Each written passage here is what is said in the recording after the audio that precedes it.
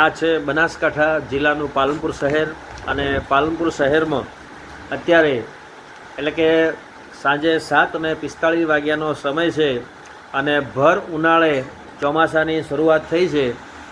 આપ જોઈ શકો છો કે વીજળીના કડાકા ભડાકાની સાથે વરસાદ ચાલુ ધીમી ધારે વરસાદ ચાલુ થઈ ગયો છે।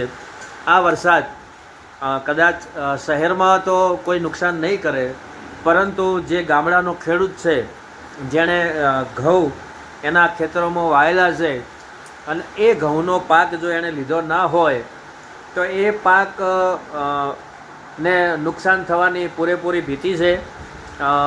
આ એક ગ્લોબલ વોર્મિંગ જેને આપણે કહીએ એની અસર છે અને જેના કારણે ચોમાસું ન હોવા છતાં પણ અત્યારે એક વરસાદી માહોલનું નિર્માણ થયું છે।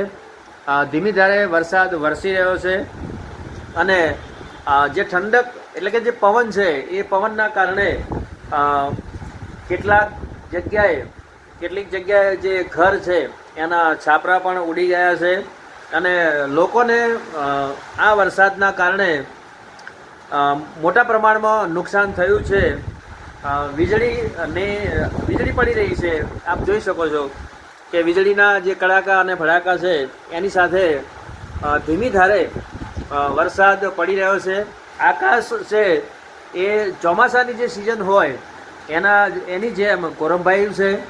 આકાશની અંદર વાદળો આપણને દેખાય છે અને આ જે વરસાદી માહોલ છે એ વરસાદી માહોલ કદાચ વૃદ્ધો અને જે નાના બાળકો છે એમને બીમાર પણ કરશે।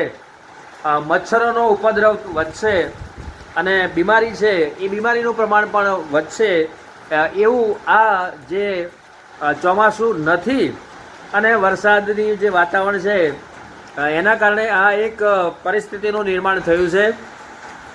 લોકોને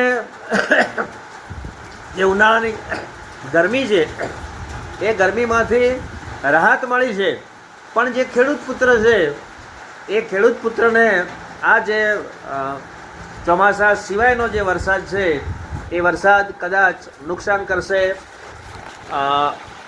બનાસકાંઠા, પાલનપુર।